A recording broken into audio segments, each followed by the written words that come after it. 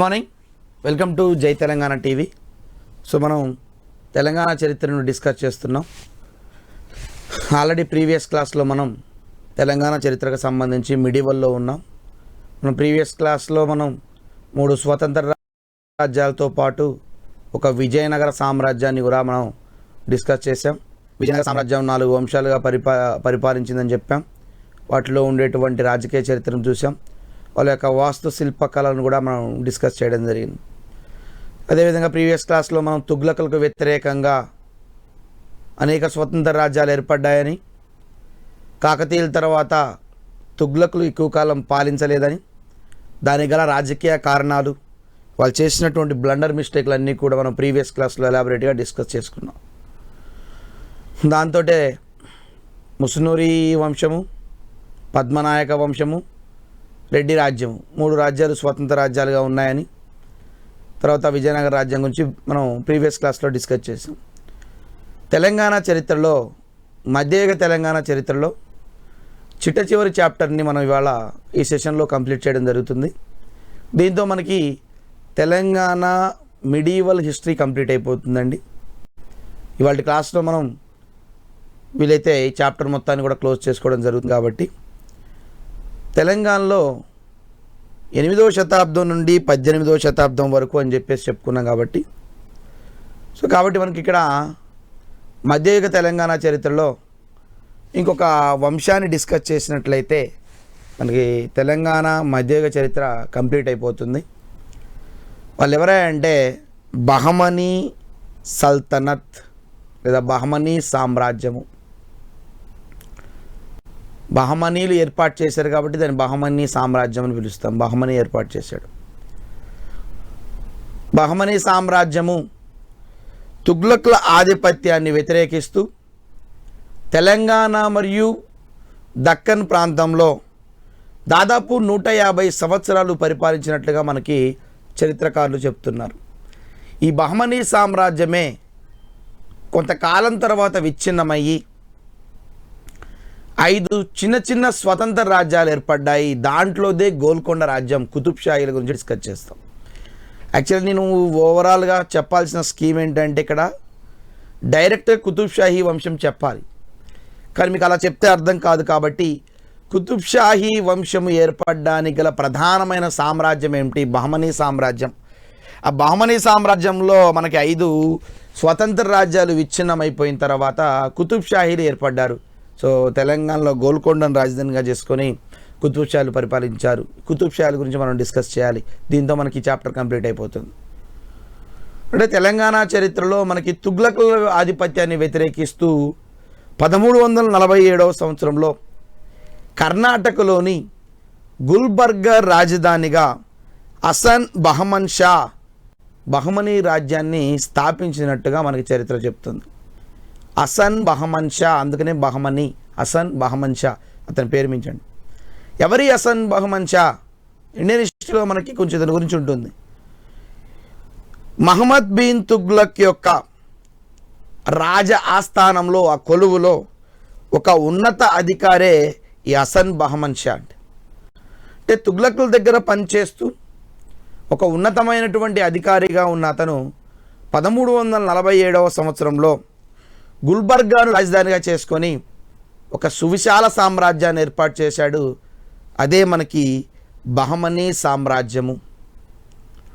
So Bahmani సామ్రాజ్యము 1347లో కర్ణాటకలో గుల్బర్గా రాజధానిగా స్థాపించిన వ్యక్తి హసన్ బహమన్ షా.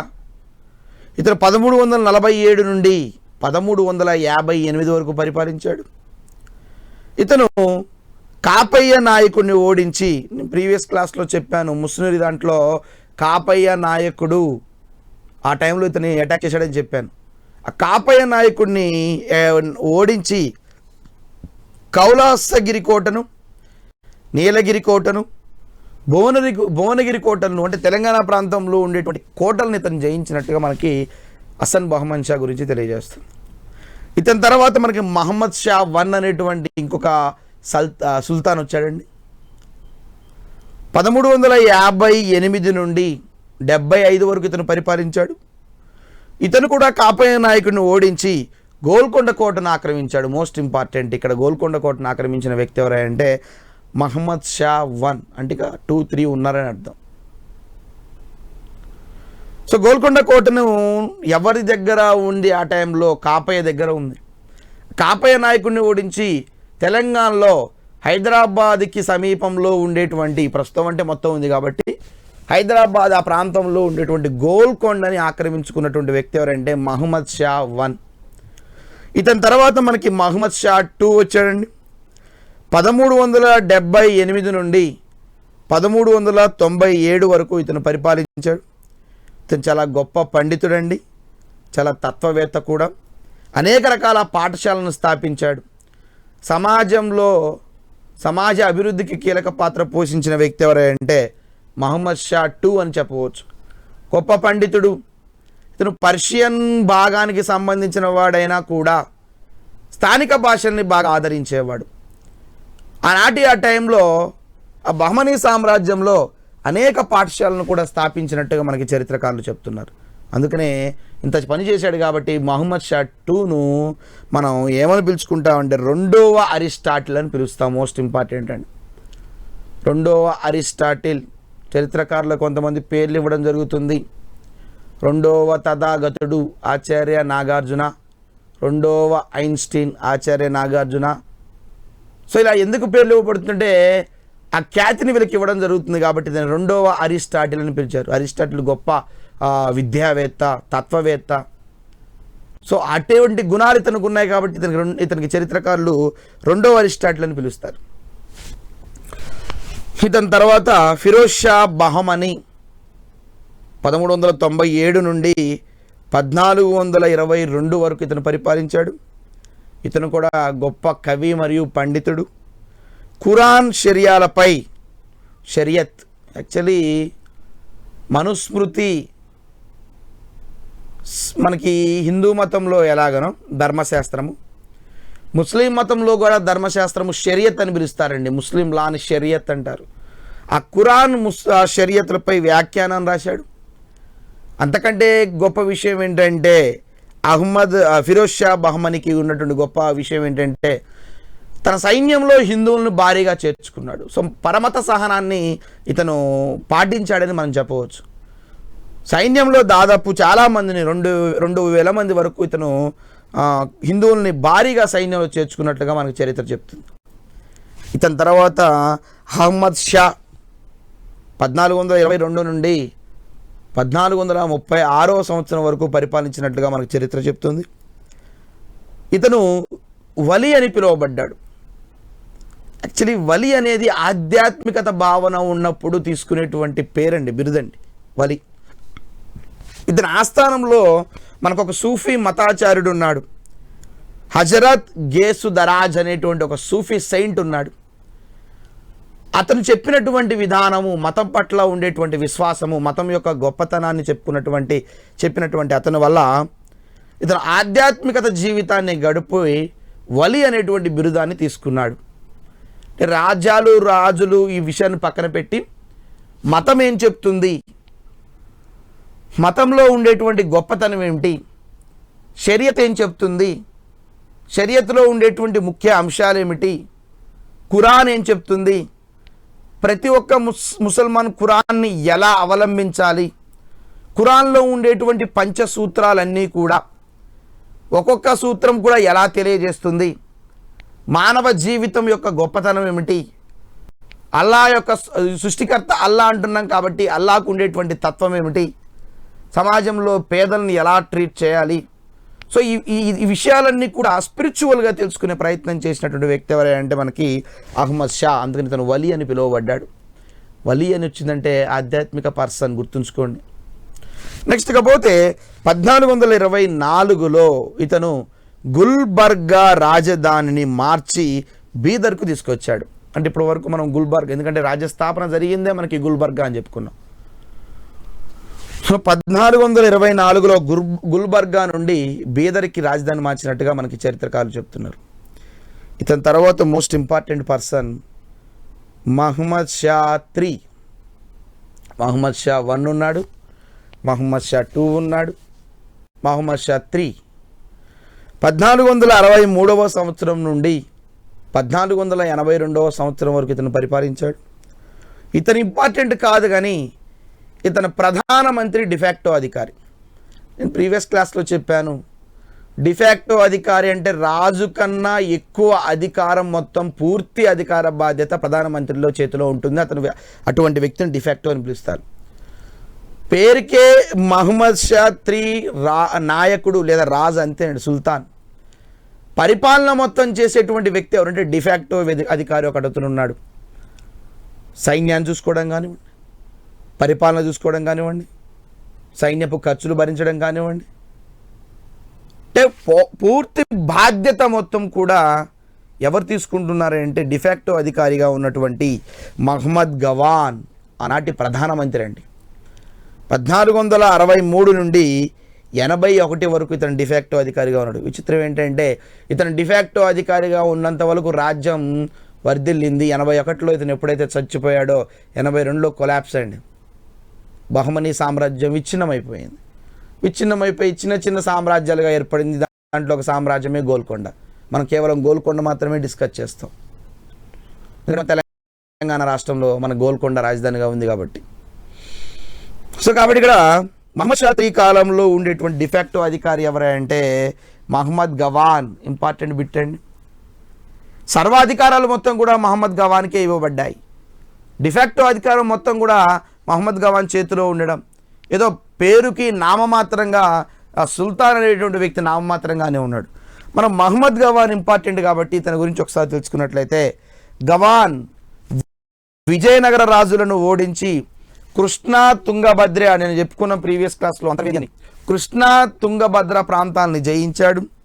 గజపతులను, ఆనాడు ఒరిస్సాను పరిపాలిస్తున్నటువంటి గజపతులను ఓడించి కృష్ణా గోదావరులను కూడా జయించాడు. చాలా గొప్ప పని చేశాడండి గవాన్. ఇటు విజయనగర రాజులతో యుద్ధం చేస్తున్నాడు, ఒరిస్సాని పాలిస్తున్నటువంటి గజపతులతో యుద్ధం చేస్తున్నాడు. రెండు ప్రాంతాల్లో కృష్ణా గోదావరి ఒక కాన్సెప్టు, కృష్ణా తుంగభద్ర ఒక కాన్సెప్టు. ఆనాటి కాలంలో రాజ్యాల కోసం యుద్ధాలు జరిగాయి. సో కాబట్టి విజయనగర రాజుల చేతిలో ఉంది కృష్ణా తుంగభద్ర, కృష్ణా గోదావరి గజపతుల చేతిలో ఉంది. ఈ రెండింటిని కూడా ఇతను జయించాడు గవాన్. ఇకపోతే ఇతని గురించి ఇంకోటి ఏంటంటే, గవాన్ బీదర్లో మనం డిస్కస్ చేస్తామండి. బీదర్ గురించి, బీదర్లో మనకి ఒక మదర్సాను నిర్మించాడు. Most important. హిందూ మతంలో మనకి వేద పాఠశాలలు ఎటువంటి ప్రఖ్యాతను, ప్రాముఖ్యతను కలిగి ఉన్నాయో, ముస్లిం మతంలో కూడా మత విద్యను బోధించేటువంటి ఆ పాఠశాలను ఏమని పిలుస్తారంటే మదర్సా అని పిలుస్తారు. మదర్సాలో మత విద్య బోధింపబడుతుంది, ఖురాన్ చెప్పబడుతుంది, రోజుకి 5 సార్లు నమాజ్ ఎలా చేయాలో వివరించబడుతుంది. ప్రతి ఒక్క విద్యార్థి కూడా, అబ్బాయిలు వేరు అమ్మాయిలు వేరు, సపరేట్గా మదర్సాలు నిర్వహించబడ్డాయి. పాఠశాలలు ముఖ్యంగా మత విద్యను బాగా చెప్పేది ఏంటంటే మదర్సా. సో మదర్సాని ఇతను బీదర్లో నిర్మించినట్లుగా మనకి చరిత్ర చెప్తుంది. ఇంకోపోతే 1481 సంవత్సరంలో, మన కారణాలు అంత పూర్తిగా తెలియదు, రాజకీయ కారణాల వల్ల ఇతని ఉరి తీయడం జరిగింది. 1481 సంవత్సరంలో ఇతను దేశద్రోహం కింద ఉరి తీశారు. దీనికి ఒక చిన్న కారణం ఉందండి. ఇప్పుడు నేను చెప్పినటువంటి గవాన్ షియా మతస్థుడు. ఇతను ఆఫాకీ అనేటువంటి వర్గానికి సంబంధించిన వ్యక్తి. ఇరాన్ నుంచి వచ్చాడు. అంటే మీరు కొంచెం షియాల గురించి, సున్నీల గురించి తెలుసుకోవాలి. మహమ్మద్ ప్రవక్త చనిపోయిన తర్వాత ఇస్లాం మతంలో 2 చీలికలు ఏర్పడ్డాయండి. మనకి ఇండియన్ హిస్టరీలో వస్తుంది, సోషియాలజీలో వస్తుంది ఇస్లాం మతం గురించి. ఇస్లాం మతంలో 2 చీలికలు ఏంటంటే షియా మతస్థులు, సున్నీ మతస్థులు. భారతదేశంలో చాతుర్వర్ణ వ్యవస్థలో భాగంగా బ్రాహ్మణులు ఏ విధమైతే అత్యధిక హైయెస్ట్ ప్రయారిటీని కలిగి ఉన్నారో, ఇస్లాంలో కూడా సున్నీ మతస్థులు హైయెస్ట్ ప్రయారిటీని కలిగి ఉన్నారు. భారతదేశంలో చాతుర్వర్ణ వ్యవస్థలో అనగబడిన కులాల వారిగా, తక్కువ కులాల వారిగా ఏ విధంగా అయితే శూద్రులు ఉన్నారో, ముస్లిం మతంలో కూడా షియా మతస్థుల్ని తక్కువగా చేసి చూశారు. సో ఒక తక్కువ కులానికి సంబంధించిన వర్గానికి సంబంధించిన వ్యక్తి అని రాజకీయ కారణాల వల్ల, రాజకీయ కుట్రలు చేయడం వల్ల 1481వ సంవత్సరంలో ఇతన్ని ఉరితీశారు. గవాన్ మరణించినటువంటి దశాబ్దంలోనే 10 సంవత్సరాల్లోపే ఆ చిట్ట చివరి అయినటువంటి షియాబుద్దీన్ మహమ్మద్ బలహీనమైనటువంటి రాజ్యంగా ఏర్పడడం, రాజుగా ఏర్పడడం. గవాన్ చనిపోయినటువంటి ఒక దశాబ్దంలోనే బహమనీ సామ్రాజ్యం మొత్తం కూడా విచ్ఛిన్నమైపోయింది. 5 స్వతంత్ర రాజ్యాలుగా ఏర్పడ్డాయి.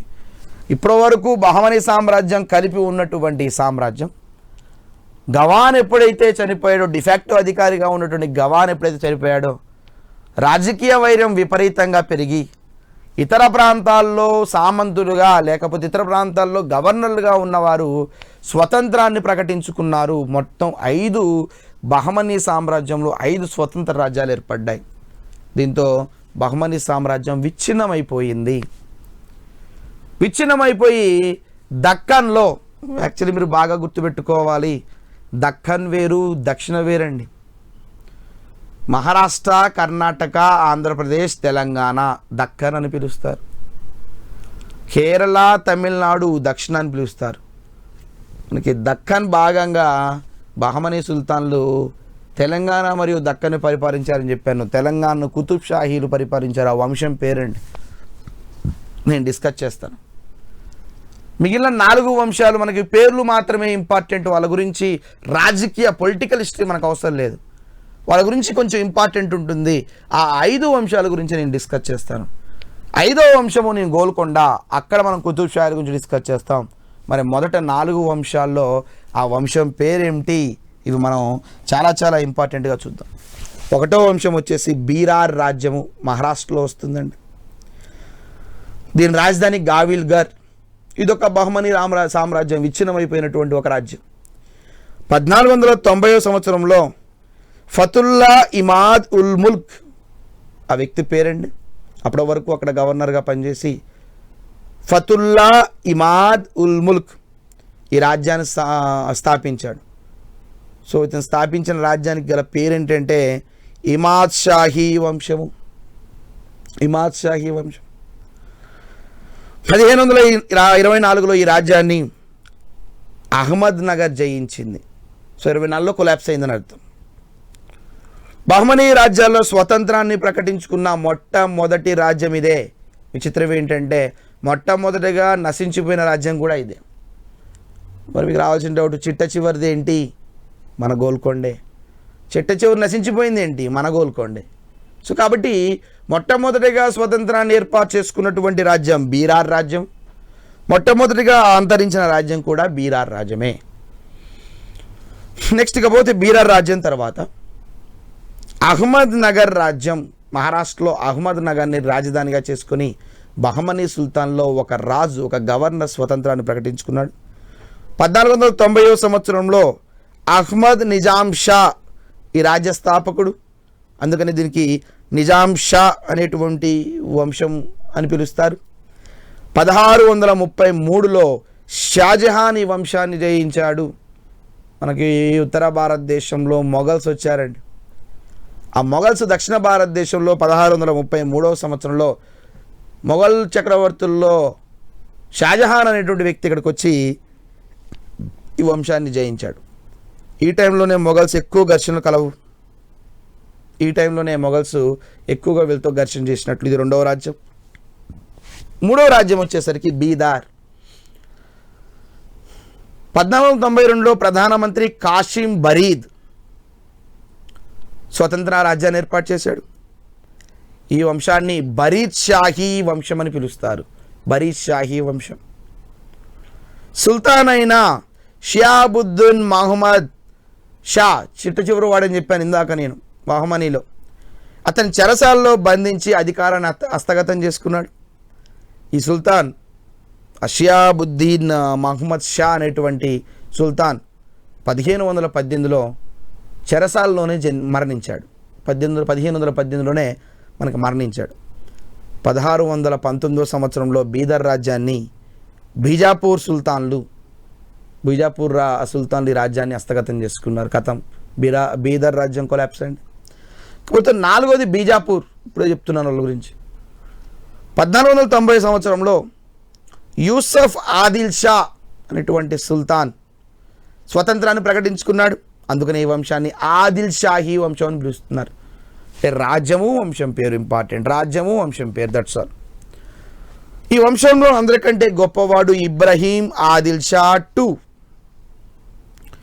ఇతను పర్షియన్ భాషలో నౌరస్నామా అనే సంగీత గ్రంథాన్ని రాశాడు. నౌరస్నామా రచించిన వ్యక్తి ఎవరని అడుగుతాడు. యూసఫ్ ఆదిల్ షా II. ఇతని ఆస్థానంలో ఫెరిస్తా అనేటువంటి చరిత్రకారుడు ఉన్నాడు. ఫెరిస్తా యాక్చువల్ అతని అసలు పేరు మహమ్మద్ కాసిం అండి. ఫెరిస్తా ద్వారా అతను బాగా పరిచయం. సో ఫెరిస్తా అనే చరిత్రకారుడు ఉన్నాడు. ఫెరిస్తా ఒక గ్రంథాన్ని రచించాడు. గుల్షన్ ఈ ఇబ్రాహీం అనేటువంటి గ్రంథాన్ని రచించాడు. సో ఇది బహమనీయుల యొక్క రాజకీయ చరిత్రను తెలియజేస్తుంది. సో సోర్సెస్ ఎవరంటే ఫెరిస్తా రచించినటువంటి గుల్షన్ ఈ ఇబ్రాహీం అనేటువంటి గ్రంథము మనకి బహమనీయుల చరిత్ర గురించి తెలియజేస్తుంది. ఈ రాజ్యంలో ఇంకొక ముఖ్యమైన రాజు ఉన్నాడు, మహమ్మద్ ఆదిల్ షా. మహమ్మద్ ఆదిల్ షా తన సమాధిని బీజాపూర్లో నిర్మించుకున్నాడు. బ్రతికుండంగా నిర్మించుకున్నటువంటి వ్యక్తి ఇతనేనండి. తర్వాత మొఘల్స్ కాలంలో కూడా అలాంటి చర్యలు జరిగాయి. అది ఇండియన్ హిస్టరీలో వస్తుంది. దీన్ని గోల్ గుంబజ్ అని పిలుస్తారు. ఇది ప్రపంచంలోనే మనకి అతిపెద్ద గుమ్మటం. 1686 సంవత్సరంలో ఈ రాజ్యాన్ని ఔరంగజేబ్ దాడి చేసి మొఘల్స్ల కాలంలో దీన్ని అంటే ఔరంగజేబ్ తన ప్రాంతంలో కలుపుకున్నాడు. కారణం ఏంటంటే ఈ బహమనీ సల్తనతులు విచ్ఛిన్నమైపోయిన తర్వాత కొన్ని సంవత్సరాలు పరిపాలించిన తర్వాత మొఘల్స్ వీరిని అటాక్ చేసి ఈ రాజ్యాలన్నింటినీ కూడా తమ చెప్పు చేతల్లో పెట్టుకున్నారు. ఇది 4వ రాజ్యం. ఇక ఇవన్నీ ఇంపార్టెంట్ కాదు, కానీ గోల్కొండను రాజధానిగా చేసుకొని ఒక 5వ వంశము స్వతంత్రాన్ని ప్రకటించుకుంది. ఆ 5వ వంశం ఏంటంటే కుతుబ్ షాహీల వంశం. ఇది మనకి చాలా చాలా ఇంపార్టెంట్ అండి. కుతుబ్ షాహీల వంశం 1518 సంవత్సరం నుండి 1687 సంవత్సరం వరకు వీళ్ళు కుతుబ్ షాహీలు పరిపాలించారు. 170 సంవత్సరాల పాటు వీళ్ళు పరిపాలించారు గోల్కొండని తెలంగాణలో. బహమనీ రాజ్యంలో అందరికంటే చిట్ట చివరిగా స్వతంత్రాన్ని ప్రకటించుకున్న రాజ్యం గోల్కొండ అయితే చిట్ట చివరిగా అంతమైపోయిన రాజ్యం కూడా గోల్కొండనే. Most important. ఇందాక ఫస్ట్ ఒకటి బీరార్ అని చెప్పాను, అంతమైపోయింది కూడా బీరారే. చిట్ట చివరికి గోల్కొండ, అంతమైపోయింది కూడా గోల్కొండనే చిట్ట చివరికి. ఈ రాజస్థాపకుడు కులీ. ఇతను షియా మతస్థుడు. ఇందాక చెప్పాను ఆఫాకీ వర్గానికి చెందినవాడు. 1492లో తెలంగాణ రాష్ట్రానికి ఇతను గవర్నర్గా నియమించబడ్డాడు. 1492లో నియమించబడ్డాడు. దీని రాజధాని కొడంగల్, అప్పుడు వికారాబాద్ జిల్లా. ఇతనిని కుతుబ్ ఉల్ ముల్క్ అనే బిరుదుతో బహమనీయులు ఇతను సత్కరించారు. అందుకని కుతుబ్ ఉల్ ముల్క్తో ఇతను బాగా ఫేమస్. అది బిరుదండి. అతని అసలు పేరు వచ్చేసి స్థాపకుడు కులీ. ఈ బిరుదుతోనే ఈ వంశానికి ఏం పేరు వచ్చిందంటే కుతుబ్ షాహీల వంశము. కుతుబ్ ఉల్ ముల్క్ అనే పేరు కాబట్టి కుతుబ్ షాహీల వంశము అని మనకి పేరు వచ్చింది. 1518 సంవత్సరంలో ఆ చివరి బహమన్ చక్రవర్తి ఎవరైతే ఉన్నాడు, ఇందాక మనం చెరసాల్లో బంధించాడని చెప్పుకున్నాం షియాబుద్దీన్ మహమ్మద్ షాను. అతను ఎప్పుడైతే 1518లో చనిపోయాడో వీడి ఇక్కడ తెలంగాణలో గోల్కొండలో స్వతంత్రాన్ని ప్రకటించుకున్నాడు. దీంతో మనకి కుతుబ్ షాహీల వంశం స్టార్ట్ అయింది. మరి కుతుబ్ షాహీల వంశంలో రాజకీయ చరిత్ర మనకి చాలా ఇంపార్టెంట్ అండి. తెలంగాణ గోల్కొండ ప్రాంతం కాబట్టి కులీ కుతుబ్ షా లేదా కులీ కుతుబ్ ఉల్ ముల్క్ 1518 నుండి 1543 వరకు పరిపాలించినట్లుగా చరిత్రకారులు చెప్తున్నారు. ఇతను గోల్కొండ కోటను నిర్మించాడు. మోస్ట్ ఇంపార్టెంట్ ఇవాళ మనకున్నటువంటి గోల్కొండ ఫోర్ట్. మీకు ఏమంటే ఒక డౌట్ రావాలి, సార్ కాకతీయుల్లో కూడా నిర్మించుకుందని చెప్పుకున్నాం మేడం అండ్ సార్. గోల్కొండ కోటలో మట్టి గోడను నిర్మించింది ఎవరంటే కాకతీయులు. అది దాని ప్లేస్లో బలమైనటువంటి పటిష్టమైన రాతి కట్టడాన్ని నిర్మించిన వ్యక్తి ఎవరంటే కులీ కుతుబ్ ఉల్ ముల్క్, కుతుబ్ షాహీలు కట్టించారు. ఇప్పుడు మన దగ్గర ఉన్నటువంటి ఆ గోల్కొండ మొత్తం రాతి కట్టడం, అనేక రకాలైనటువంటి దాంట్లో మంచి మంచి కట్టడాలు ఉన్నాయి. 1518లో రాజధానిని, ఇంతకుముందు కొడంగల్ అనుకున్నాం కండి, కొడంగల్ నుండి వికారాబాద్ జిల్లా నుండి ఇతను గోల్కొండకు మార్చాడు 1518లో. గతం అక్కడ స్వతంత్రాన్ని ఏర్పాటు చేసుకున్నాడు. గోల్కొండకే మహమ్మద్ నగర్ అనే పేరు కలదు. మహమ్మద్ నగర్ అనే పేరు కలదు. గోల్కొండ కోటలో ముఖ్యమైన కట్టడాలు ఒకసారి గమనించినట్లయితే జతపరుచుము అని అడుగుతాడండి. జామా మసీద్, దివాన్ మహల్, ఆగర్ ఖాన్, కటోరా హౌస్, బాలా హిస్సార్, నగీన్ బాగ్ బహదారి గెస్ట్ హౌస్ అండి అది. సో ఇవన్నీ గోల్కొండ కోటలో ఉండేటువంటి కట్టడాలని చెప్పుకోవచ్చు. మరి కులీ కుతుబ్ ఉల్ ముల్క్ ఉండేటువంటి బిరుదులు చాలా ఇంపార్టెంట్. బిరుదాలు ఏంటి? బడే మాలిక్, గొప్ప రాజు అని అర్థం అండి. ఖవాస్ ఖాన్, అమీర్ ఉల్ ఉమ్రా, ఈ బిరుదులు అండి అతనికి. ఈ 3 బిరుదులు చాలా చాలా ఇంపార్టెంట్. ఇతని ఆస్థానంలో ఒక తెలుగు కవి ఉన్నాడండి, శంకర.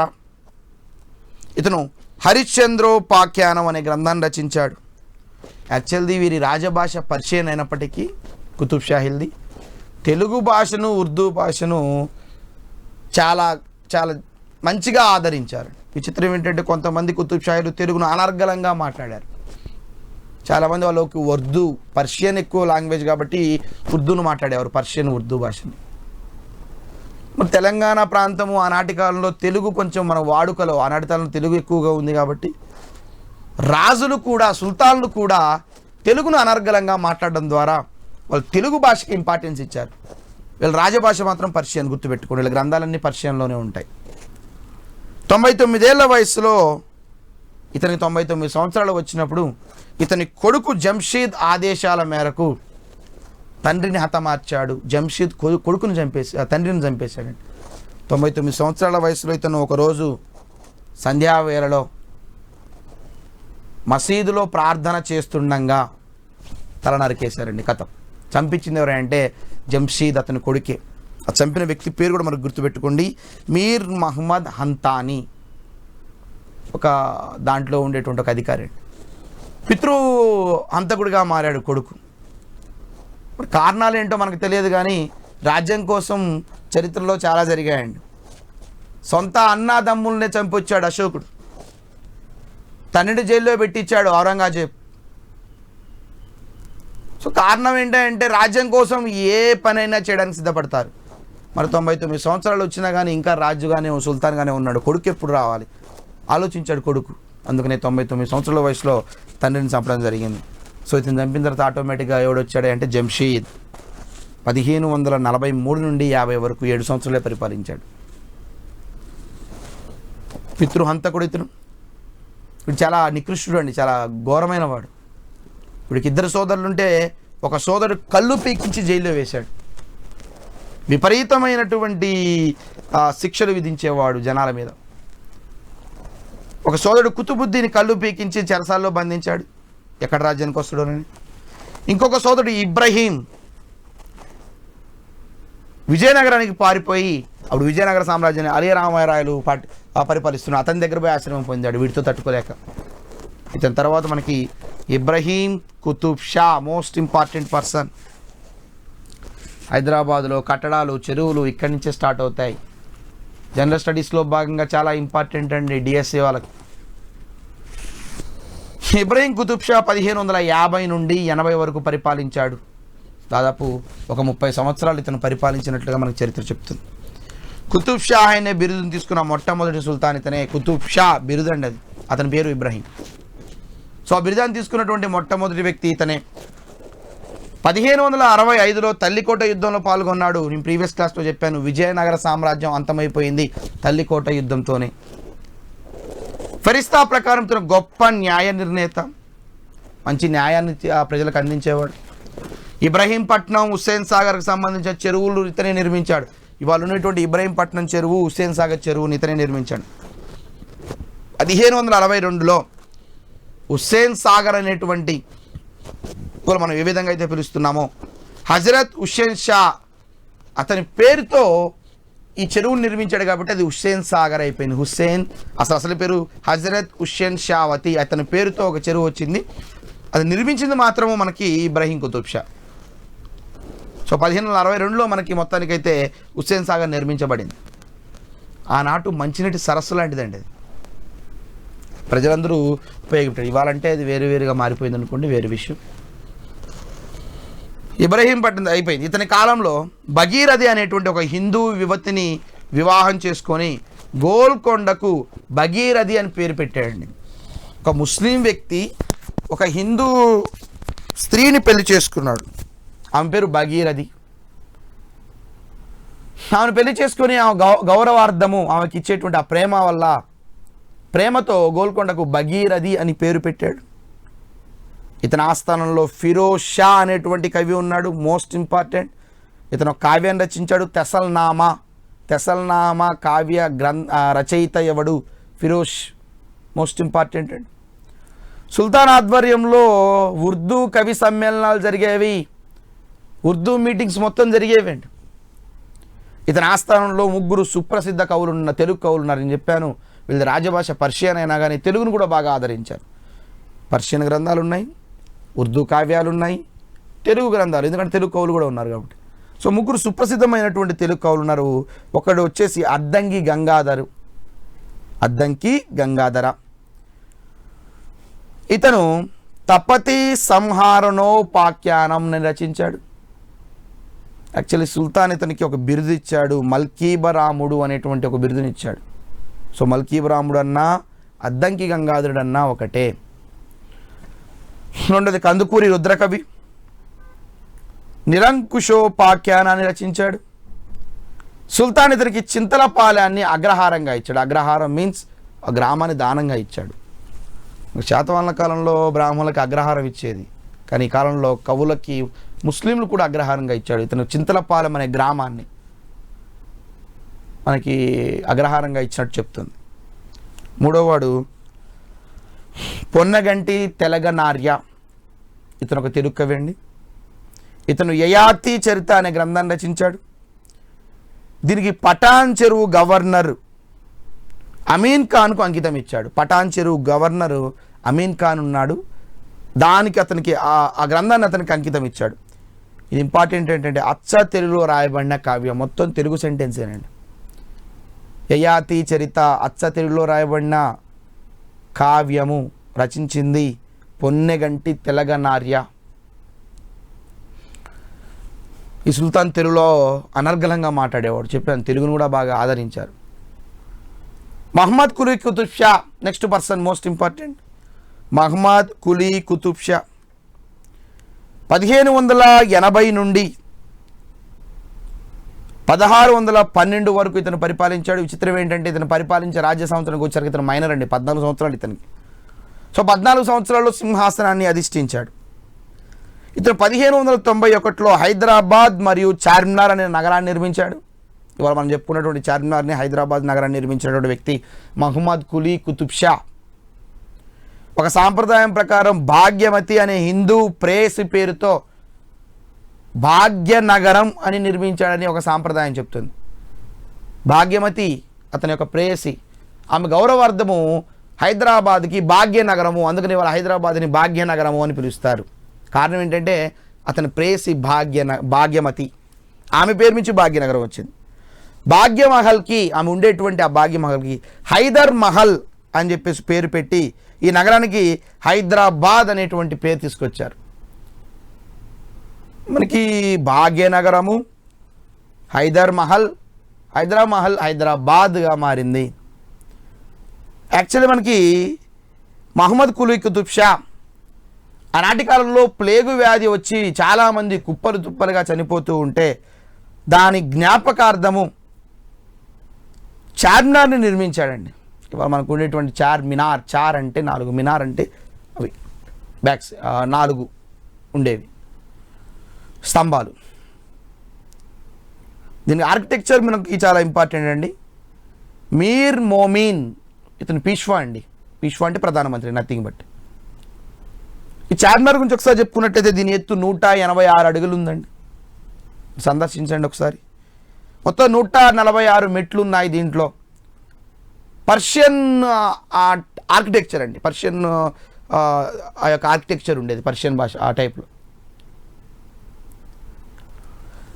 1595లో దారుల్ షిఫా, మనం ఇవాళ యునానీ హాస్పిటల్ అంటాం, అక్కడే ఉంటుందని నిర్మించాడు. 1598లో దాని బ్యాక్ సైడ్ జామా మసీద్ నిర్మించాడు. మోస్ట్ ఇంపార్టెంట్, 1605లో మనకి డచ్ వర్తకులు వచ్చారండి భారతదేశానికి. 1600 సంవత్సరంలో 1605లో డచ్ వర్తకులు, 1611లో ఆంగ్లేయులు మచిలీపట్నంలో వ్యాపార స్థావరాలు ఏర్పాటు చేసుకోవడానికి అనుమతి ఇచ్చాడు. అప్పుడే ఆంగ్లేయులు ఎంటర్ అవుతున్నారు.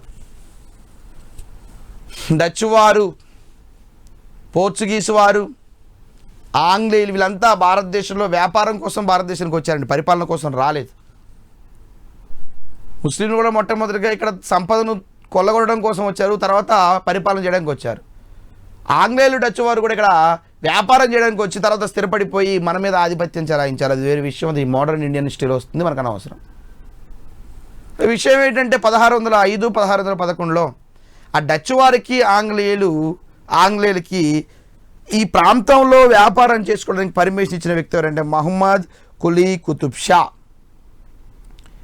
మనకు ఆంగ్లేయులు మోస్ట్ ఇంపార్టెంట్ అండి, ఒక స్టేట్మెంటు, గ్లోబ్ అనేటువంటి నౌకలో కెప్టెన్ హిప్పన్ అనేటువంటి ఆ నౌక డ్రైవర్ అండి, చేసేటువంటి నావికుడు హిప్పన్ మచిలీపట్నానికి చేరుకున్నాడు. గ్లోబ్ అనేటువంటి నౌక పేరు గ్లోబ్ అండి. అక్కడి నుంచి మచిలీపట్నానికి వచ్చి ఇక్కడ దిగి ఈ ప్రాంతాన్ని వ్యాపారం చేసుకున్నట్లుగా మనకి చెప్తున్నారు. సుల్తాన్ ఉర్దూలో గొప్ప పండితుడు మహమ్మద్ కులీ కుతుబ్ షా, కవి మరియు మంచి గొప్ప పండితుడు. మనీ అనేటువంటి కలం పేరుతో ఇతను రాసినటువంటి గజల్స్ అంటే ఉర్దూ కవితలండి.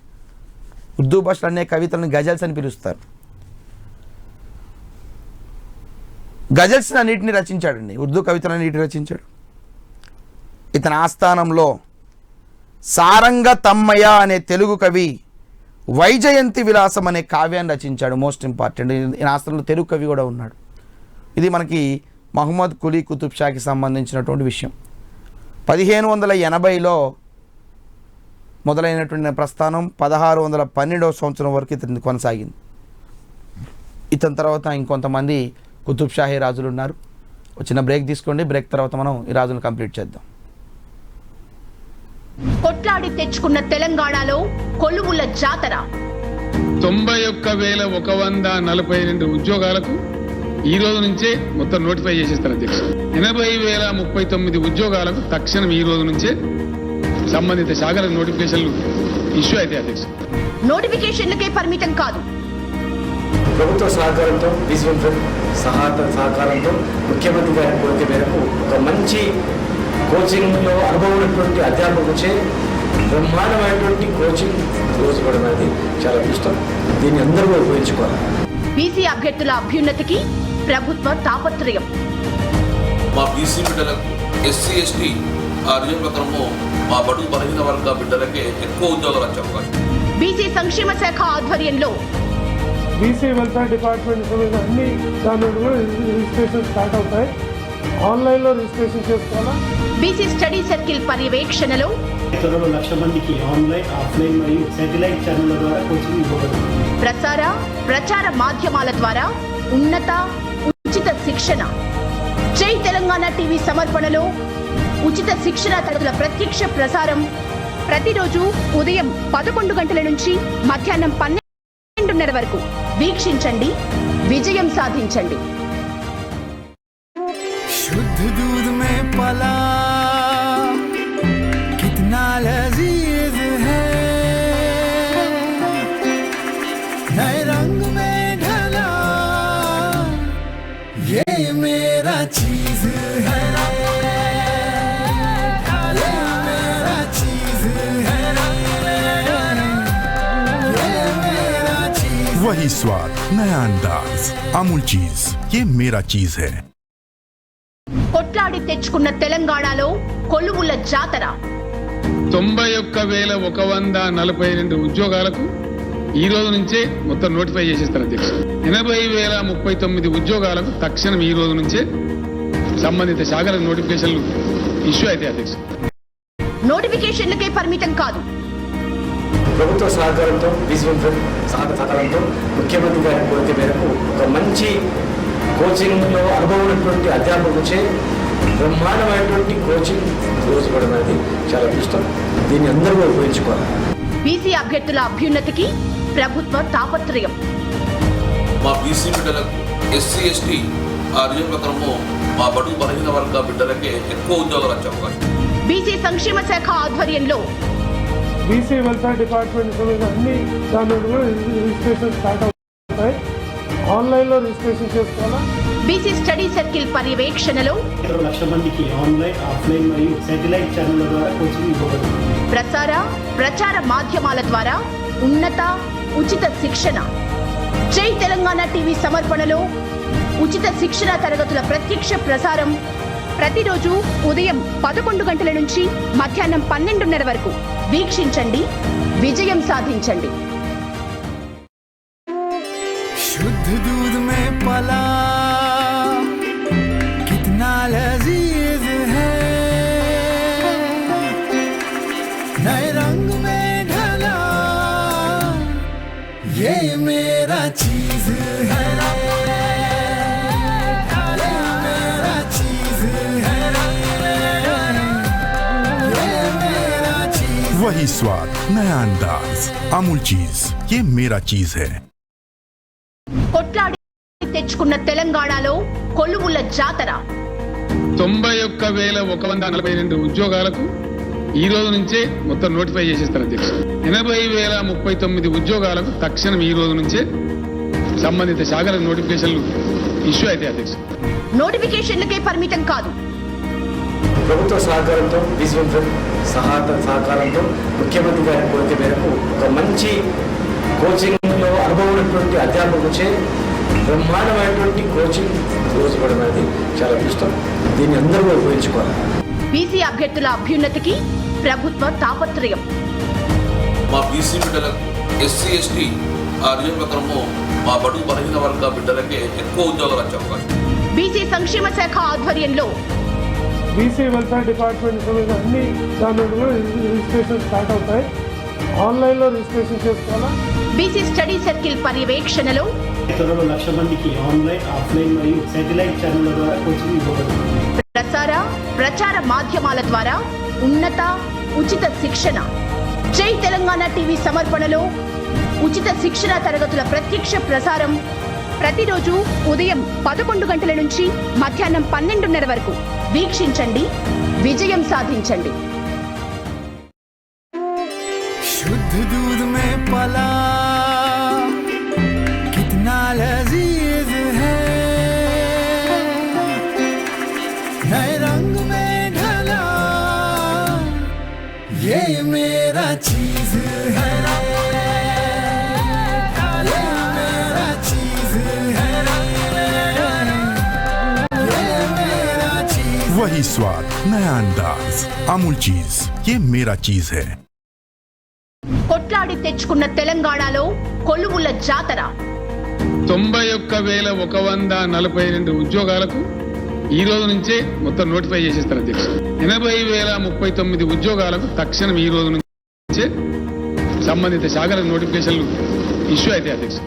నోటిఫికేషన్లకే పరిమితం కాదు, ప్రభుత్వ సహకారంతో విజువల్ సహకారంతో ముఖ్యమంత్రి గారి కోరిక మేరకు ఒక మంచి కోచింగ్లో అనుభవం ఉన్నటువంటి అధ్యాపకులచే బ్రహ్మాండమైనటువంటి కోచింగ్ రోజు ఇవ్వడం అనేది చాలా ఇష్టం.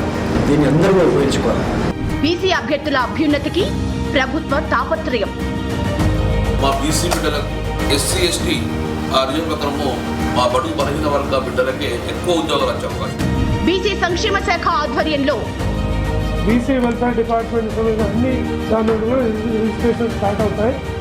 ఆన్లైన్లో రిజిస్ట్రేషన్ చేసుకోవాలా. బీసీ స్టడీ సర్కిల్ పర్యవేక్షణలో 20 లక్షల మందికి ఆన్లైన్, ఆఫ్లైన్ మరియు శాటిలైట్ ఛానళ్ల ద్వారా కోచింగ్ ఇవ్వబడుతుంది. ప్రచార మాధ్యమాల ద్వారా ఉన్నత ఉచిత శిక్షణ. జై తెలంగాణ టీవీ సమర్పణలో ఉచిత శిక్షణ తరగతుల ప్రత్యక్ష ప్రసారం ప్రతిరోజు ఉదయం 11 గంటల నుంచి మధ్యాహ్నం 12:30 వరకు వీక్షించండి, విజయం సాధించండి.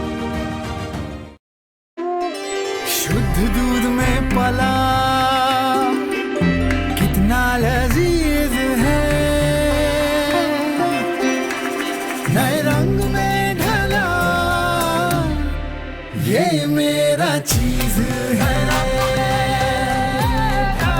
मेरा चीज है, ये मेरा चीज। वही स्वाद, नया अंदाज। अमूल चीज, ये मेरा चीज है। కొట్లాడి తెచ్చుకున్న తెలంగాణలో కొలువుల జాతర 91,142 ఉద్యోగాలకు ఈ రోజు నుంచే మొత్తం నోటిఫై చేసేస్తారు అధ్యక్ష. 80,039 ఉద్యోగాలకు తక్షణం ఈ రోజు నుంచే సంబంధిత శాఖలకు నోటిఫికేషన్లు ఇష్యూ అయితే అధ్యక్ష. నోటిఫికేషన్లకే పరిమితం కాదు, ప్రభుత్వ సహకారంతో విజువల్ ఫ్రంట్ సహకారంతో ముఖ్యమంత్రి గారి కోరిక మేరకు ఒక మంచి కోచింగ్లో అనుభవం ఉన్నటువంటి అధ్యాపకులచే బ్రహ్మాండమైనటువంటి కోచింగ్ తీసుకోవడం చాలా ఇష్టం. దీన్ని అందరూ ఉపయోగించుకోవాలి. బీసీ అభ్యర్థుల అభ్యున్నతికి ప్రభుత్వ తాపత్రయం. మా బీసీ బిడ్డలకు ఎస్సీ ఎస్టీ ఆ రిజర్వ్ ప్రకారము మా బడుగు బలహీన వర్గాలకి ఎక్కువ ఉద్యోగాలు వచ్చే అవకాశం. బీసీ సంక్షేమ శాఖ ఆధ్వర్యంలో బీసీ వెల్ఫేర్ డిపార్ట్మెంట్ అన్ని దాని రిజిస్ట్రేషన్ స్టార్ట్ అవుతాయి. ఆన్లైన్లో రిజిస్ట్రేషన్ చేసుకోవాలా. బీసీ స్టడీ సర్కిల్ పర్యవేక్షణలో త్వరలో 1,00,000 మందికి ఆన్లైన్, ఆఫ్లైన్ మరియు శాటిలైట్ ఛానళ్ల ద్వారా కోచింగ్ ఇవ్వబడుతుంది.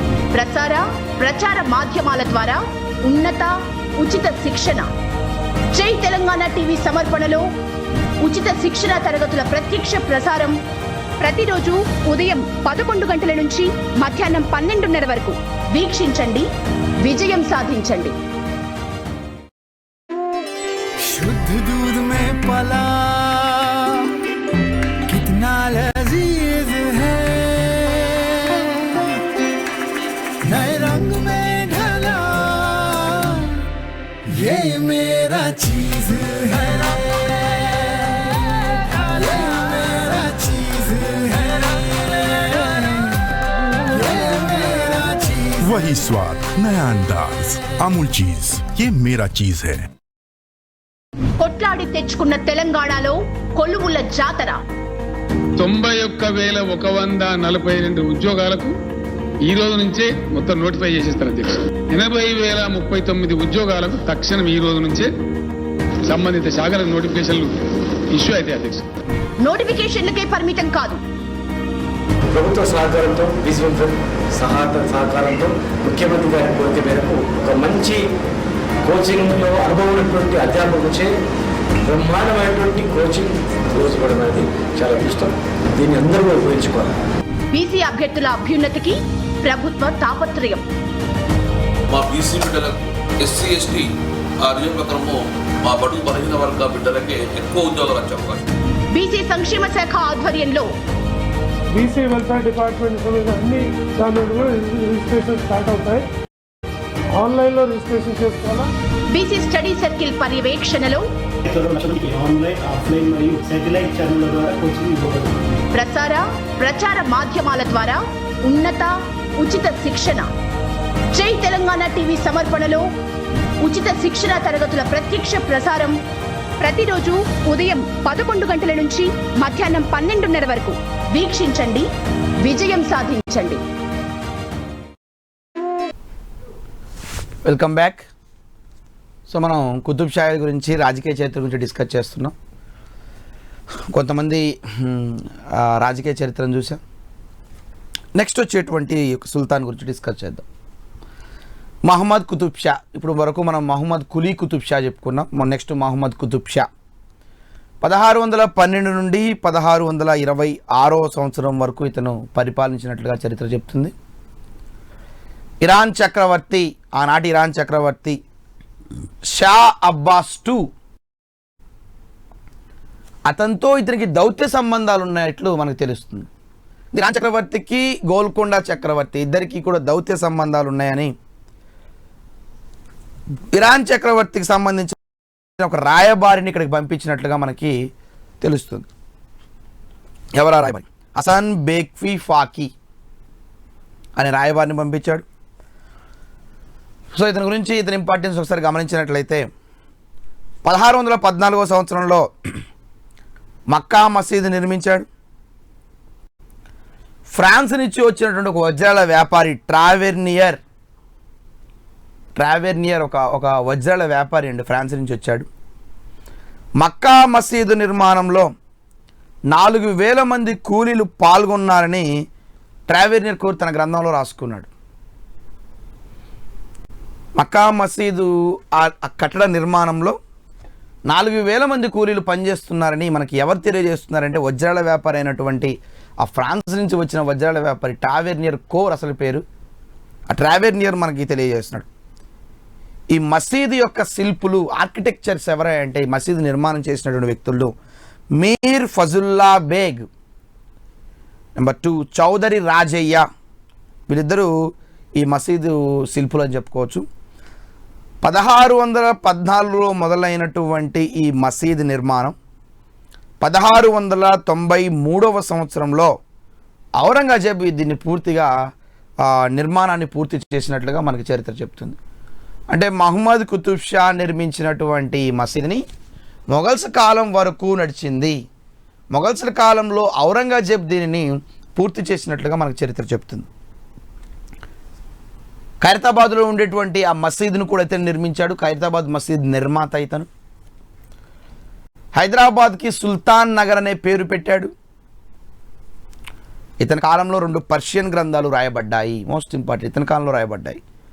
ఒకటి రిసాలా మిగ్దరియా, ఇది తూనికలు కొలతలపై ఆనాటి ప్రధాన అయినటువంటి మహమ్మద్ మొమీన్ అస్త్రాబాది పీష్వాండి ఇతను.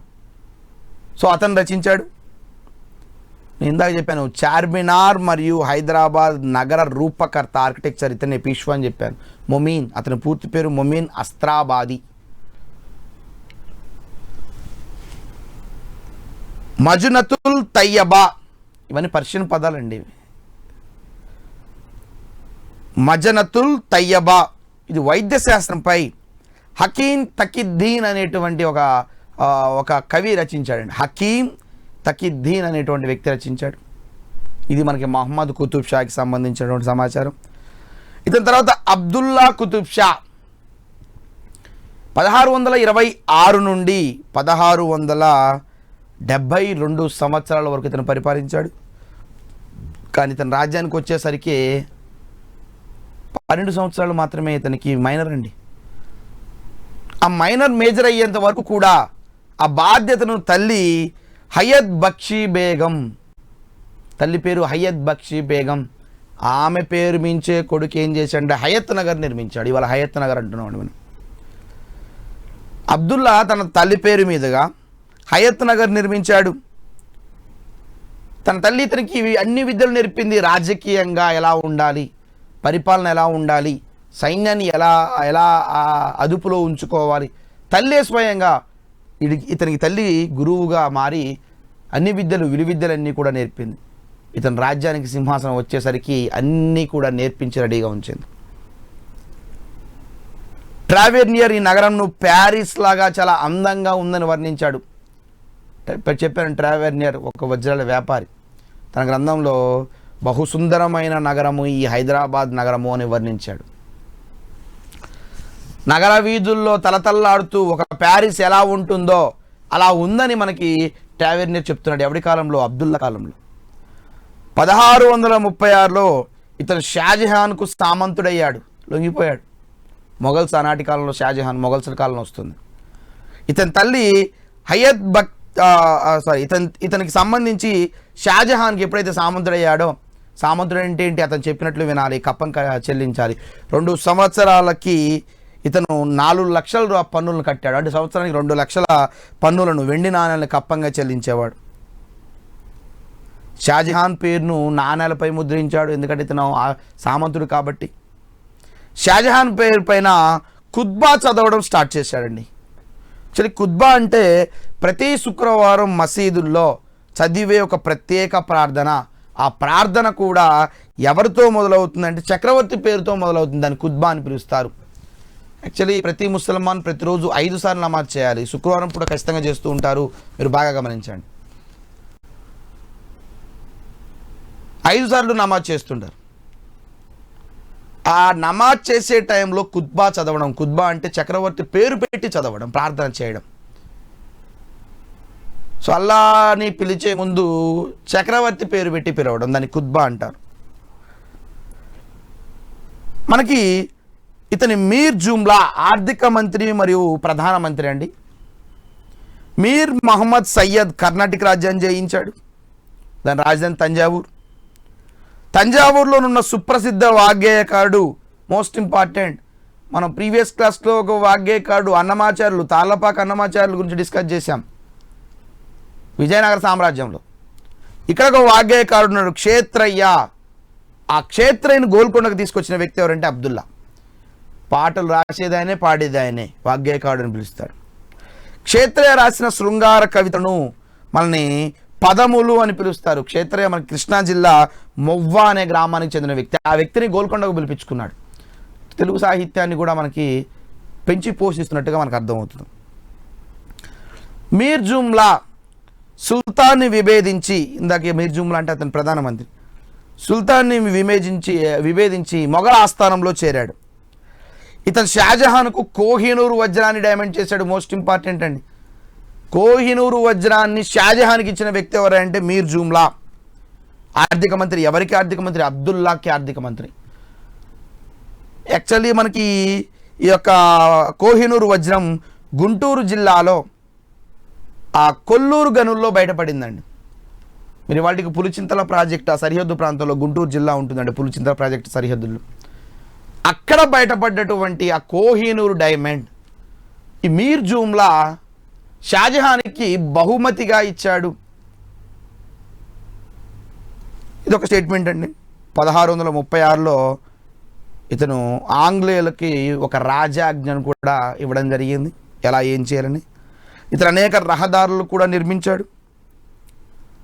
ఇతను నేషనల్ హైవేస్, హైదరాబాద్ నుంచి మచిలీపట్నానికి ఒక రూటు, హైదరాబాద్ నుంచి సూరత్ గుజరాత్కి ఒక రూటు, విజయవాడ నుంచి మద్రాస్ చెన్నైకి ఒక రూటు, 3 జాతీయ రహదారులు నిర్మించాడు రవాణా సౌకర్యాల కోసం. 1666లో ఒక ఫ్రెంచ్ యాత్రికుడు వచ్చాడు, అతను థెవనాట్. ఇతను హైదరాబాద్ మరియు మచిలీపట్నాన్ని సందర్శించి తన గ్రంథంలో ఏం రాసుకున్నాడంటే అబ్దుల్లా గొప్ప న్యాయ నిర్ణేత అని కీర్తించాడట. అతని పేరు ఇంపార్టెంట్, థెవనాట్, ఫ్రెంచి యాత్రికుడు. విలియం మెథోల్డ్ అనే ఆంగ్లేయ అధికారి కూడా ఒక పుస్తకాన్ని రచించాడు, ఏ రిలేషన్ ఆఫ్ గోల్కొండ అనే పుస్తకాన్ని రచించాడు. జనరల్ స్టడీస్ విభాగం ఇంపార్టెంట్ అండి. మనకి అబ్దుల్లా గురించి విషయానికి వస్తే, అబ్దుల్లా ఉర్దూలో, నేను గజల్స్ అని చెప్పాను, ఉర్దూ కవితలు, ఉర్దూలో జిల్లుల్లా అనే కలం పేరుతో గజల్స్ని ఇతను రచించాడు, ఉర్దూ కవితలు. ఆ కవితల పేరుకి ఏం పెట్టాడంటే జిల్లుల్లా. ఇతని ఆస్థానంలో గవాసి అనే ఉర్దూ కవి తోతే నామా అనే గ్రంథాన్ని రచించాడు. పర్షియన్ భాషలో ఉండేటువంటి గ్రంథాలు ఇవన్నీ. మనకి ఇది ఉర్దూ భాషలో బయటపడింది. ఇతని ఆస్థానంలో ఒక తెలుగు కవి కూడా ఉన్నాడు, మల్లారెడ్డి. ఒకటి పద్మపురాణము, ఈయన 3 రకాలైనటువంటి గ్రంథాలు రచించాడు, పుస్తకాలు. ఒకటి పద్మపురాణము, రెండోది శివధర్మోత్తరం లేదా శివధర్మం, లేదా మూడోది షట్ చక్రవర్తి చరిత్ర, మోస్ట్ ఇంపార్టెంట్. సో ఈ విధంగా మనకి అబ్దుల్లా గురించి ఇంపార్టెంట్ అండి. ఇతని తర్వాత మోస్ట్ ఇంపార్టెంట్ పర్సన్, గోల్కొండలో బాగా పేరు వినపడేటువంటి వ్యక్తి ఎవరంటే అబుల్ హసన్ తాన్షా. తాన్షా అనగానే మీకు రామదాస్ గుర్తు రావాలి. రామదాస్ నేలకొండపల్లిలో జన్మించి భద్రాచలానికి తహసీల్దార్గా నియమిస్తాడు. భద్రాచలంలో ప్రభుత్వ సొమ్మును తన సొంతంగా రామాలయానికి కట్టాడన్న ఉద్దేశంతో 12 సంవత్సరాల పాటు ఈ రామదాసుని కఠినంగా అనేక రకాల కఠిన శిక్షలతో గోల్కొండలో బంధించాడు. ఇవాళకి మీరు గోల్కొండ వెళ్ళండి, ఆ రామదాస్ యొక్క జైలు ఉంటుందండి.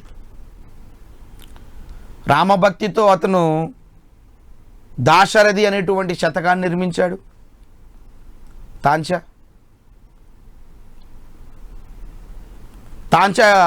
దాశరథి అనేటువంటి శతకాన్ని రామదాసు నిర్మిస్తే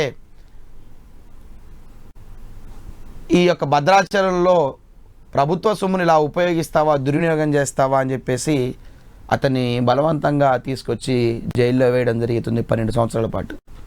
సో ఆటోమేటిక్గా తాన్షా అంటే మనకు గుర్తు రావాల్సింది రామదాసు. అతని అసలు పేరు కంచర్ల గోపన్న. చెప్తానండి అతని గురించి. హన్మకొండకు చెందినటువంటి ఇద్దరు బ్రాహ్మణులు ఇతర ఆస్థానంలో ఉన్నారండి. ఒకను అక్కన్న సేనాపతి, మాదన్న ఆర్థిక మంత్రి. అక్కన్న మాదన్న వాళ్ళ మేనల్లులో ఒక అల్లుడే కంచర్ల గోపన్న. ఇతనికి ఇద్దరు మేనల్లు ఉన్నారు. ఒకడు వచ్చేసి పొదిలి లింగన్న కర్ణాటకకి గవర్నర్గా పంపించాడు. ఇంకొక అతను కంచర్ల గోపన్న ఇతని భద్రాచలంకి తహసీల్దార్గా పంపించారు. భక్త రామదాస్ స్వస్థలం మనం చెప్పుకున్నాం నేలకొండపల్లి. ప్రభుత్వ ధనంతో భద్రాచలంలో రామాలయాన్ని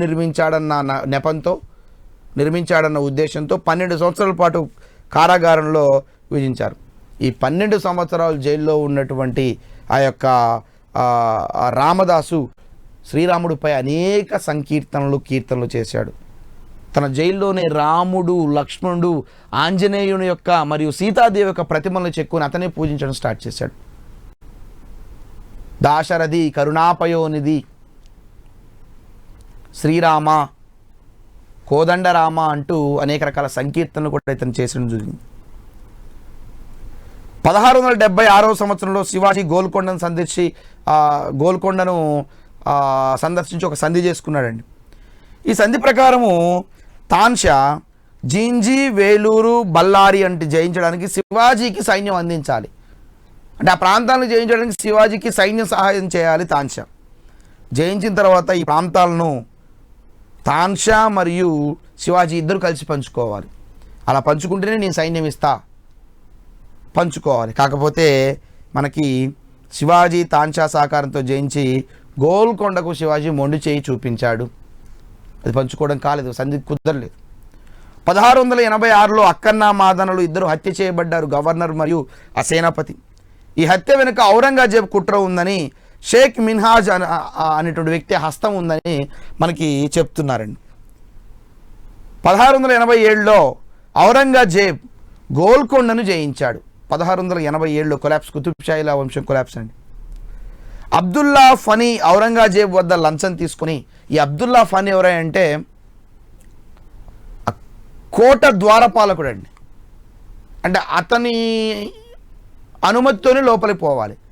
ఔరంగజేబ్ అతనికి కాస్త లంచం ఇచ్చి ఆ తలుపులు ఓపెన్ చేయించి కోట తలుపులు తీసుకొని అబ్దుల్ రజాక్ లారీ ఔరంగజేబుతో విరోచితంగా పోరాడి 1687లో వీరమరణం పొందాడండి.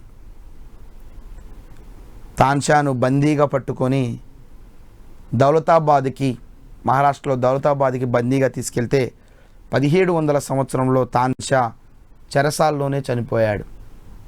దీంతో కుతుబ్షాహీలు వంశము ఎండైపోయి మొఘల్స్ చేతిలోకి వచ్చింది. మళ్ళా మొఘల్స్లో ఏం చేసుకున్నారంటే మనోళ్ళు స్వతంత్రాన్ని తీసుకొచ్చి నిజాములు ఏర్పడ్డారు. అది నేను నెక్స్ట్ మోడర్న్ యూనిట్లో డిస్కస్ చేస్తాను. సో తాన్షా దౌలతాబాద్కి పంపించిన తర్వాత 1700 సంవత్సరంలో అతను చనిపోవడం జరిగింది. ఇది మనకు ఉండేటువంటి తాన్షాలకు సంబంధించినటువంటి యొక్క పొలిటికల్ హిస్టరీ.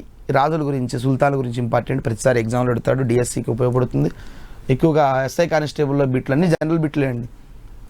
కవి పేరు అడుగుతాడు, లేకపోతే ఉర్దూ కవి అని అడుగుతాడు, తన గ్రంథం పేరు అడుగుతాడు. మోస్ట్ ఇంపార్టెంట్ ఎవరెవరు, చార్మినార్ ఎవరు కట్టించారు, పటాన్ చెరువు ఎవరు, ఇబ్రహీంపట్నం ఎవరు, ఖైరతాబాద్ మసీద్ ఎవరు, హయత్ నగర్ ఎవరి పేరు మించి కట్టారు, హుస్సేన్ సాగర్ గల కారణం ఏమిటి, ఇవన్నీ జనరల్ బిట్స్ అండి. నెక్స్ట్ ఇకపోతే కుతుబ్షాహీ కాలంలో మనకు బ్యూరోక్రసీ ఎలా ఉందో చూడాలి. అధికార గణం ఎలా ఉంది, పరిపాలన ఎలా ఉంది.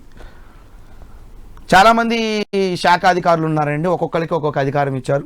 నెంబర్ 1 పీష్వా, ఇతన్ని ప్రధానమంత్రిని పిలుస్తారు. పీష్వాకి మరొక పేరు ఉందండి, వజీర్. రెండోది మీర్ జుమ్లా అంటే ఆర్థిక మంత్రి, మొత్తం ఆర్థిక మంత్రి ఇక్కడ మీర్ జుమ్లా. మూడోది సర్ లష్కర్, సేనాపతిని సర్ లష్కర్ అని పిలిచేవారు. నెక్స్ట్ 4వది నాజీర్ అంటే పోలీస్ ఉన్నతాధికారి అని చెప్పుకోవచ్చు. Next 5 Majumdar, auditor, CAG type అండి, కంట్రోల్ ఆడిటర్ అండ్ జనరల్ అంటాం కదా మనం, ఆ టైపు ఆడిటర్, లెక్కలు చూసేవాడు. నెక్స్ట్ దబీర్, ఉత్తర ప్రత్యుత్తరాలు నడిపేవాడు. ఆ రాజ్యానికి ఈ రాజ్యానికి మధ్య ఆ ఫర్మానాలు ఏమైనా వస్తే వాటిని నడిపేవాడు. నెక్స్ట్ సర్కేల్, రెవెన్యూ అధికారి అండి. మీకు RDO type, revenue division officer, MRO ఎలా ఉంటారో రెవెన్యూ అధికారి. షాబాందర్ మోస్ట్ ఇంపార్టెంట్ రేవు పట్టణాల అధికారి. మనకి రేవు పట్టణాల అధికారిగా షాబాందర్ అనేటువంటి వ్యక్తి ఉన్నాడు. సో ఇది కుతుబ్ షాయిలకు సంబంధించినటువంటి ముఖ్యమైనటువంటి అధికార గణం. ఎప్పుడైతే కుతుబ్ షాయిలు అంతమయ్యారో మొఘల్స్ పాలన ప్రత్యక్ష పాలన జరిగింది. దాదాపు 1687 నుండి ఇప్పుడు తాన్షా 87లో ఎప్పుడైతే మనకి బందీగా పట్టుబడ్డాడో ఆ 87 నుండి 1727 వరకు గోల్కొండ మొఘల్ ప్రత్యక్ష పాలనలో జరిగింది. 1727లో నిజాం స్వతంత్రాన్ని ప్రకటించుకొని గోల్కొండ నిజాం రాజ్యాలు ఆసఫ్ జాహీల వంశము అంటాం, నిజాంలో క్యారెక్టర్ స్టార్ట్ అవుతుంది. అంటే 1687 ఆ తాన్షాని ఎప్పుడైతే పట్టుకున్నారో అప్పటి నుంచి 1724 వరకు ఇక్కడ ఉండేటువంటి వీళ్ళంతా కూడా మొఘల్స్కి సామంతులుగా ఉండి మొఘల్స్ ప్రత్యక్ష పాలనలో మొఘల్సే డైరెక్ట్గా పరిపాలన చేసే విధంగా నడిచింది.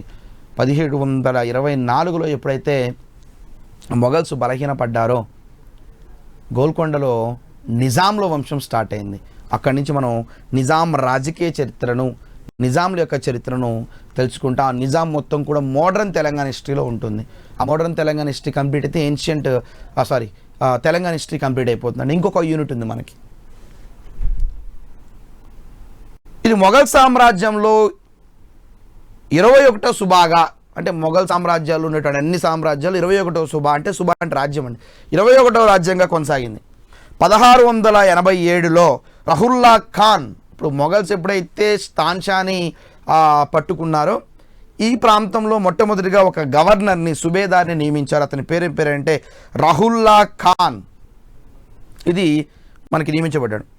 మొఘల్ నిరంకుశత్వానికి, భూముల దోపిడీకి మరియు అగ్రకులాల ఆధిపత్యానికి మనకి సర్దార్ పాపన్న గౌడ్ మోస్ట్ ఇంపార్టెంట్. పాపన్న గౌడ్ మనకి చాలా చాలా వ్యతిరేకంగా, మొఘల్స్కి వ్యతిరేకంగా అనేక రకాలైనటువంటి యుద్ధాలు చేశాడు. ఆ పాపన్న గౌడ్ గురించి కొద్దిసేపు చెప్పుకుంటే మనం క్లాస్ క్లోజ్ చేసుకోవచ్చు. మొఘల్స్ యొక్క నిరంకుశత్వ పాలన, నేను ప్రీవియస్ క్లాస్లో చెప్పాను, తుగ్లకులు చాలా అరాచకాలు చేస్తున్నారని. స్త్రీలను హింసిస్తున్నారు, బ్రాహ్మణులు చంపుతున్నారు, గోమాంస భక్షణ తింటున్నారు, అనేక రకాలైనటువంటి శిక్షలు విధిస్తున్నారు, అస్పృశ్యత ఉంది, అంటరాంతనం ఉంది, వెష్టి విపరీతంగా ఉంది. తుగ్లకులు ఏ విధంగా చేశారో మొఘల్సుల యొక్క నిరంకుశత్వ పాలన, భూస్వాముల యొక్క దోపిడీ, ఎవరిని ప్రశ్నించకుండా తెలంగాణలోని బాంచందోర్ అనేటువంటి కాన్సెప్ట్ పుట్టుకొచ్చింది ఇక్కడి నుంచే. సో మొఘల్స్కి సంబంధించినటువంటి దీనికి వ్యతిరేకంగా ఒక వ్యక్తి మనకి ఉద్యమం చేశాడు. అతని గురించి గుర్తుంచుకోవాలి, సర్వాన్ పాపన్న గౌడ్. 1650వ సంవత్సరంలో ఇతను జనగాం జిల్లాలో కిలషాపూర్ అనేటువంటి గ్రామంలో జన్మించాడు. దాదాపు బలహీన వర్గాలందరినీ ఏకం చేసి ఒక 1200 మందితో కూడినటువంటి ఒక పెద్ద సైన్యాన్ని నియమించాడు. ఆంగ్లేయుల నుంచి ఆధునిక ఆయుధాలు, అప్పటికీ ఆంగ్లేయులు మనకి ఎంటర్ అయ్యారండి, ఇక్కడ వ్యాపారం చేసుకున్నారు, వాళ్ళతో రహస్యంగా ఆయుధాలు తెప్పించుకుని మొఘల్స్తో పోరాడుతున్నాడు. ఆ మొఘల్స్ కూడా మనకి ఆంగ్లేయుల గురించి మనకి ఇండియన్ హిస్టరీలో వస్తుంది, వాళ్ళు కూడా వాళ్ళతో. సో కాబట్టి ఆంగ్లేయుల సపోర్టు తీసుకున్న సర్దార్ పాపన్న గౌడ్ మొఘల్స్ని అంతమొందించాలని అతని కాన్సెప్ట్. బలహీన వర్గాలందరినీ ఏకం చేసి శిక్షణ ఇప్పించాడు. అత్యాధునికమైన ఆయుధాలను ఎలా ఉపయోగించాలో సైన్యానికి నేర్పాడు. నెక్స్ట్ ఇకపోతే సాయుధ పోరాటంలో ఇతనికి సపోర్ట్గా ఉన్నటువంటి ప్రధాన అనుచరులు మోస్ట్ ఇంపార్టెంట్ అండి. చాకలి సర్వన్న ఇతనికి మంచి అనుచరుడు, మంగలి మాసన్న.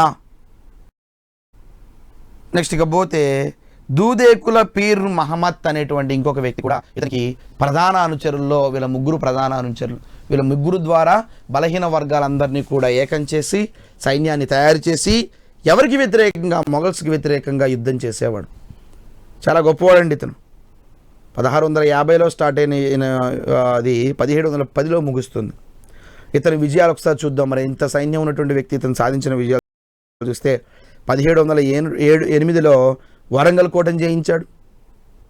మొఘల్స్కి ఆధీనంలో ఉన్నటువంటి వరంగల్ కోటను జయించాడు. 1709లో గోల్కొండ కోటను కూడా, మొఘల్స్ ఆధీనంలో ఉన్న గోల్కొండ కోటను కూడా దాని మీద దాడి చేసి ఆ కోటను జయించాడు. మనకి కొలనుపాక ఫౌజ్దార్ ఒక జిల్లా అధికారి మనకి కాసిం ఖాన్ అనేటువంటి వ్యక్తిని అంతం చేసినట్టుగా చరిత్ర చెప్తుంది.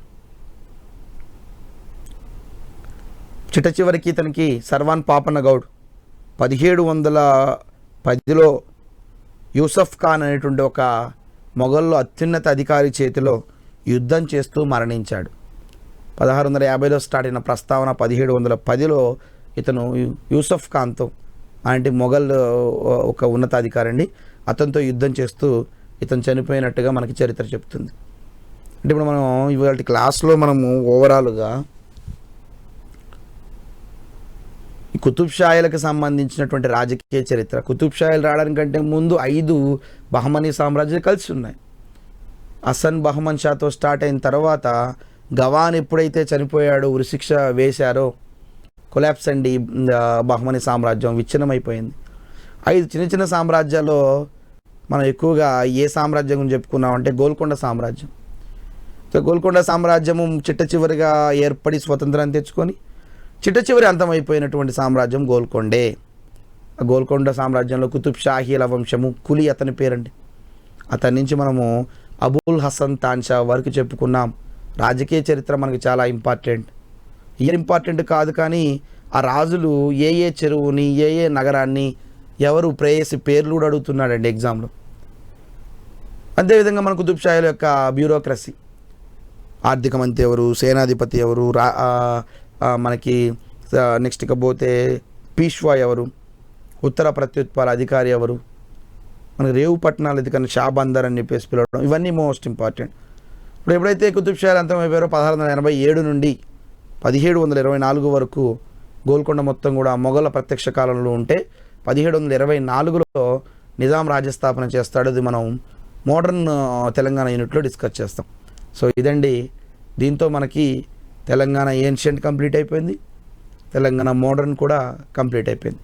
ఓకేనా, నెక్స్ట్ క్లాస్లో మనము తెలంగాణ ఏన్షియంట్ మిడివల్ అయిపోయింది కాబట్టి తెలంగాణ మోడర్న్ని స్టార్ట్ చేద్దాం. మోడర్న్ సంబంధించి ఒక 5 చాప్టర్లు ఉన్నాయండి, దాంతో మనకి తెలంగాణ చరిత్ర కంప్లీట్ అయిపోతుంది. ఓకేనా, రైట్. ఇది ఇవాళ క్లాస్. తిరిగి నెక్స్ట్ క్లాస్లో కలుద్దాం. అంతవరకు సెలవు, నమస్కారం.